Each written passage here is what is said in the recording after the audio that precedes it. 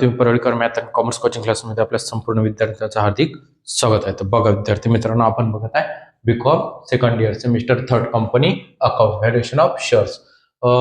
बघा यामध्ये वेगवेगळ्या प्रकारचे त्यांनी आपल्याला काय विचारलेलं आहे की बाबा शेअर्सच्या मेथड सांगा.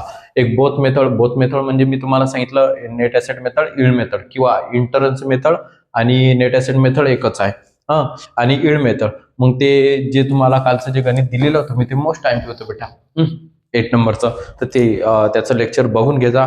ते लेक्चर झालेलं आहे आपलं, त्याच्यामुळे मोस्ट टाइमचे जे लेक्चर असतील ते पाहून घेसान. आणि विद्यार्थी मित्रांनो, आता बघा हे BBA सेकंड इयरला सेमिस्टर थर्डला सुद्धा हेच चॅप्टर आहे, त्याच्यामुळे तुम्ही बी विद्यार्थ्यांनी ह्याच लेक्चरचा अभ्यास केला तरी चालते. तर व्हॅल्युएशन ऑफ शेअर्स. आणि बघा आता आपण जे गणित बघत आहे ते तुम्हाला स्क्रीनवरती दिलेलंच आहे मी.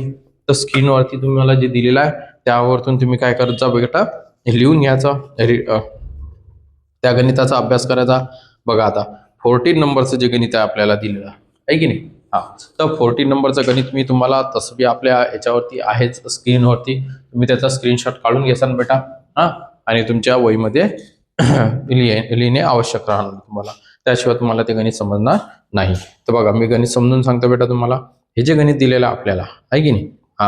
तर पहा, from the following information calculate the value of equity shares. आता माझ्याकडे भरपूर गणित असतात. The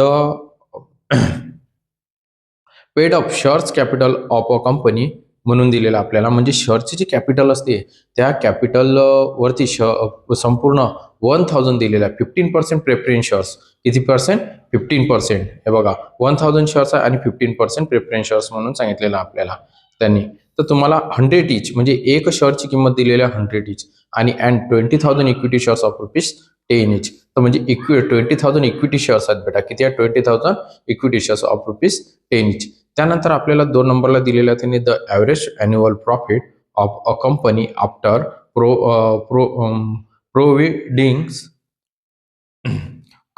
प्रोव्हिडिंग for a depreciation and taxation आहे की नाही. अमाऊंट 75,000 म्हणजे प्रॉफिट जे दिलेलं आहे त्यांना आफ्टरचं, म्हणजे सुरुवातीचं जे आहे त्यांनी ते 75,000 आपल्याला दाखवलं. किती दाखवलेलं बेटा? 75,000 आहे की नाही. आणि या गणितामध्ये आपल्याला त्यांनी नेसेसरी जे ट्रान्सफर टू 10,000 जनरल रिझर्व्ह सांगितलं, ते बघा जनरल रिझर्व्ह सुद्धा सांगितलेलं आहे त्यांनी 10,000. हे डिव्हिडंड असते. काय असते बेटा? हे डिव्हिडंड. त्यानंतर नॉर्मल रेट जो दिलेला आपल्याला तो आहे 10%. किती पर्सेंट दिलेला बेटा? 10% आहे की नाही. तर तुम्हाला त्या गणितामध्ये आपण पाहणे आणि लक्ष ठेवणे. तुम्हाला स्क्रीनवरती जे गणित दिलेलं होतं त्याचा तुम्ही काय करता, स्क्रीनशॉट काढून घेता. आणि तुम्हाला आता मी ते गणित सांगतो. तर गणित इल्ड मेथडचे फॉर्म्युले 3 फॉर्म्युले आहेत. 3 फॉर्म्युले लक्षात ठेवणे सगळ्यात जास्त महत्वाचं. मग कॅल्क्युलेशन्स पहिल्या नंबरचा ॲव्हरेज प्रॉफिट आहे की नाही. मग ॲव्हरेज प्रॉफिट, तर AP is equal to total profit minus loss upon year. AP total profit म्हणजे किती दिलेलं आपल्याला, त्यांनी तुम्हाला सांगितलेलं टोटल प्रॉफिट 75,000 आहे ना. 75,000 मायनस 0 अपॉन इयर किती आहे. इयर बघूया आपण. इयर 1 आहे. 1 किती आहे म्हणजे 1 एकाच वर्षाचा प्रॉफिट 75,000 दिलेला आहे, म्हणजे आपल्याला 1 इयर्स म्हणून दाखवावं लागतं. इथं किती दाखवायचं बेटा? 1 year. AP is equal to हे 75,000. मग आता इथं मायनस काय करायचं बेटा? तर मायनस करताना तुम्हाला हे बघा, इथं तुम्हाला 10,000 म्हणून जनरल रिझर्व्ह म्हणून दिलेलं आहे त्यांनी. हे बघा 10,000 जनरल रिझर्व्ह आहे ना. मग आता 10,000 जनरल रिझर्व्ह, सगळ्यात पहिले आहे 10,000 जनरल रिझर्व्ह, हे मायनस करा. तुम्हाला वाटत असेल तर पहिले जनरल रिझर्व्ह म्हणून तुम्ही लिहिलं तरी चालेल आहे की नाही. जनरल बघा तुम्हाला वाटत असेल तर तुम्ही जनरल रिझर्व्ह लिहिलं तरी चालते. मग सगळ्यात पहिले आपण जनरल रिझर्व्ह लिहूया. जनरल रिझर्व्ह जनरल रिझर्व्ह किती दिलेलं आता जनरल रिझर्व्ह त्यांनी आपल्याला?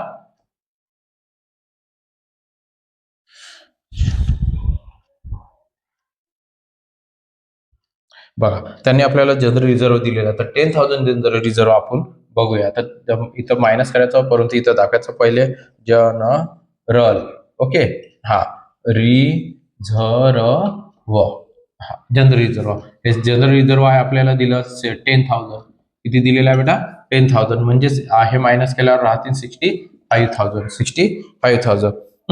मग आता 65,000, मग 65,000 हे मायनस केले, म्हणजेच आता त्याच्यानंतर एपी जो तुम्हाला मी सांगितलेला आहे, ए आणि पी इज इक्वल टू, आता याच्यामधून प्रेफरन्स शेअर्स अगर तुम्हाला दिलेले असतील, अरे पिंट्या काय दिलेले असतील? प्रेफरन्स अगर दिलेले असतील तर ते इथं काय करायचे? मायनस. काय करायचे? मायनस. तर बघा आता, बघा मी सांगतो तुम्हाला समजून, हे बघा एकदम परफेक्ट सांगता, काही टेन्शन घेऊ नका. हे बघा 15% प्रेफरन्स शेअर्स आहेत ना, 15%, हे 1,000 100 इज, सॉरी इथं कॅपिटलची अमाऊंट दिलेली नाही. काय करायचं? 1,000 इंटू 100, हे 1,000 इंटू 100. प्रेफरन्स शेअरचे जेवढे शेअर्स असतील, म्हणजे 1,000 मोबाईल आहेत आपल्याकडे आणि एका मोबाईलची किंमत 100 इच आहे, तर मग यांचं काय करायचं? मल्टिप्लिकेशन जे येणार त्याच्यावर काढायचं आपण पर्सेंटेज. म्हणजे हे 1,000 इंटू किती करायचं? 100, त्याला डिवायडेशन करायचे, हे 1,00,000. किती करायचे? 1,00,000. आणि त्याला त्याच्यावर काढायचं 15% अपॉन 100, म्हणजे याच्यावरती काढायचं आहे की नाही? हा, मग आता एका लाखावरती अगर 15% काढले तर किती येतात बेटा? 15,000. किती येतील? 15,000. मग हे 15,000, मग हे इथं 15,000 काय करत असतात? मायनस. 15,000 काय करायचे? ते मायनस, म्हणजेच हे 50,000. काय आलेलं आहे बेटा तुमचं? ते 50,000. आलं का लक्षात? त्यानंतर बघा आता सेकंड, 2 नंबरला, 2 नंबरला कॅल्क्युलेशन ऑफ काय काढायचं आपल्याला? पर्सेंटेज, आहे की नाही? हा, मग average profit to equity shares capital. Equity shares capital, average profit equity share capital, आहे की नाही? हां, C is equal to average profit upon average profit upon equity shares capital into 100. मग इक्विटी शेअर्स कॅपिटल कुठे दिलेलं असते?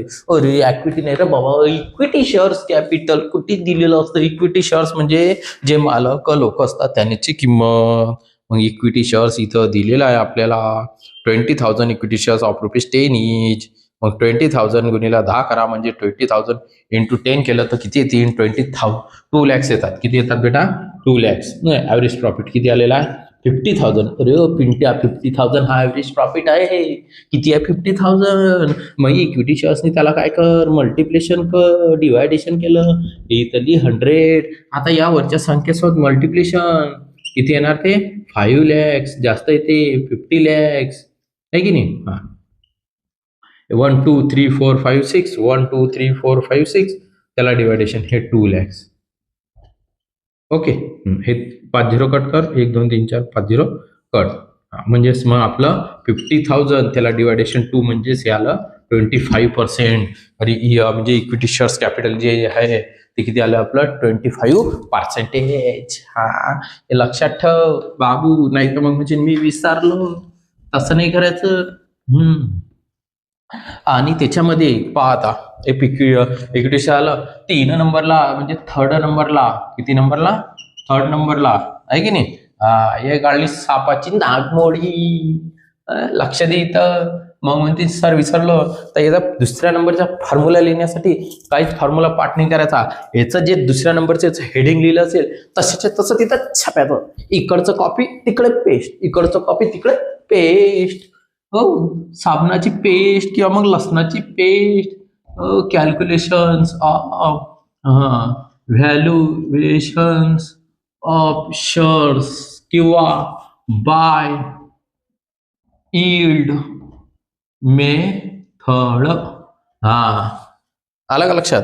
इकडचं copy इकडे पेस्ट करायची. आता मसाल्याची पेस्ट, कशाची पेस्ट? मसाल्याची पेस्ट. हा, पहा VS is equal to percentage average profit average profit to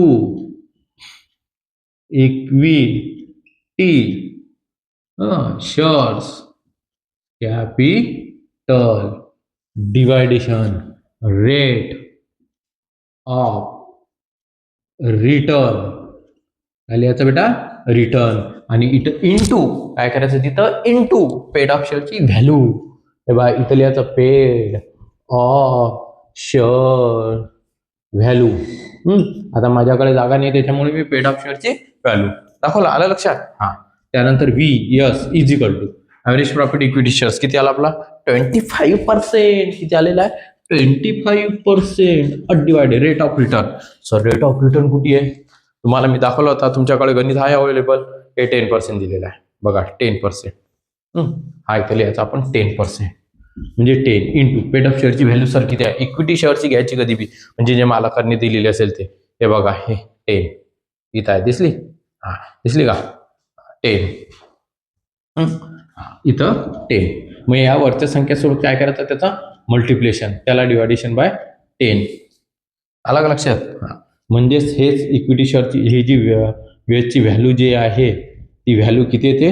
10. Sorry यानं डिवाइड हे कट करा म्हणजेच 25. हे रुपीज किती आलं? 25 रुपीज. व्हिडिओ आवडल्यास लाईक करा, शेअर करा आणि सबस्क्राईब सुद्धा करा. समजलं का मित्रांनो? आणि आपली जे तुम्हाला अगर लाईव्ह बॅच सुद्धा जॉईन करायची असेल तर तुम्ही लाईव्ह बॅच जॉईन करू शकता. गुगल मीटवरती मी संपूर्ण भरपूर सारे एक्झाम्पल घेतो त्याच्यावरती सुद्धा. तर तुम्हाला काही विचारायचं असेल तर तुम्हाला मी PDF सुद्धा देतो. तुम्ही त्याच्यावरती जॉईन करू शकता. स्क्रीनशॉट काढायचं असेल काढून घ्या, काहीच हरकत नाही बेटा. हा काढला का स्क्रीनशॉट?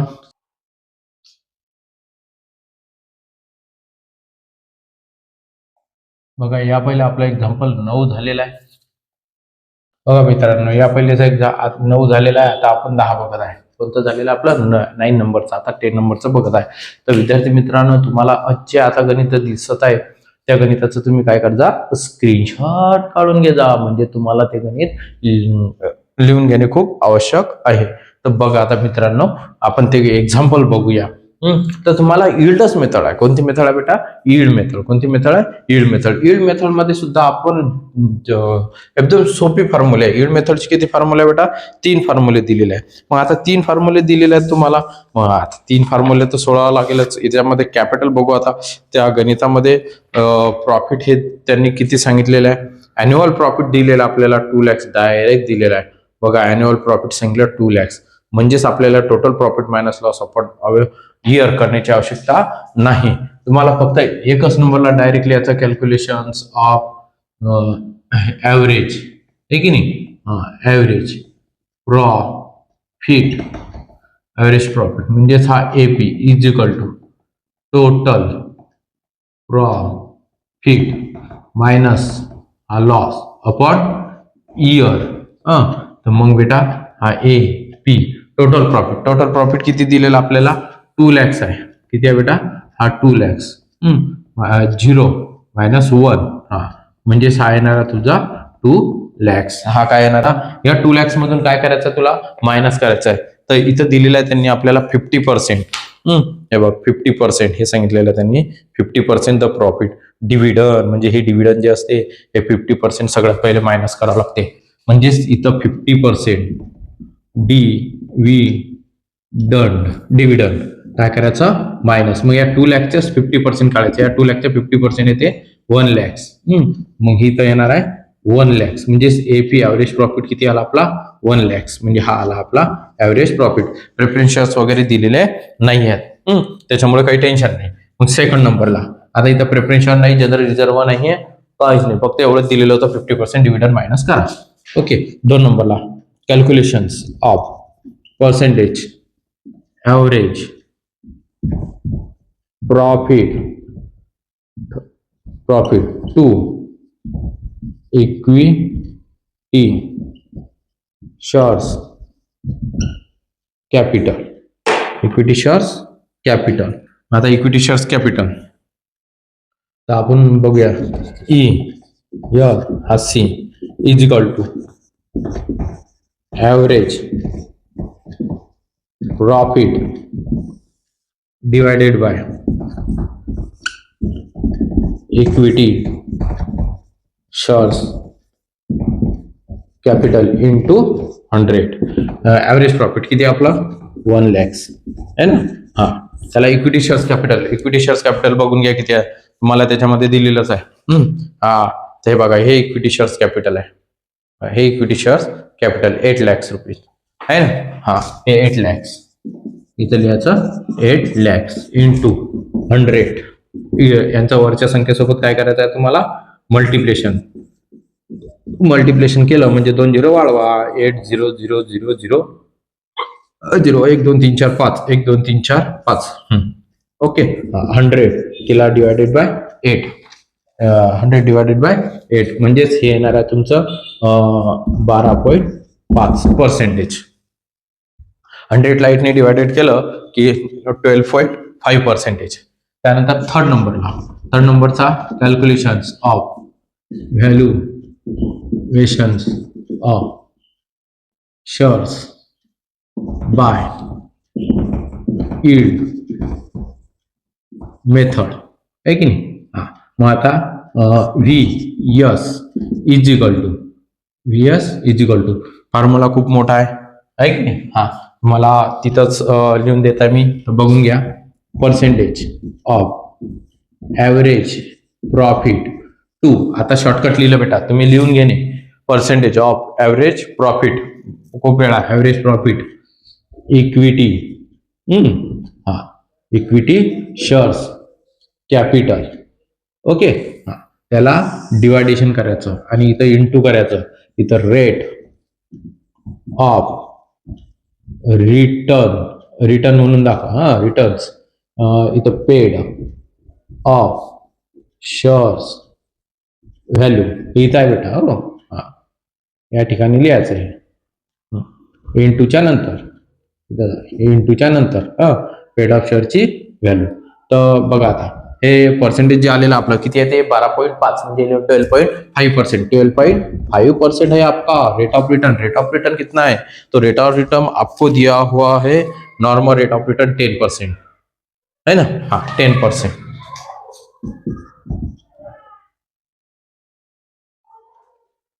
पेड ऑफ शेअरची व्हॅल्यू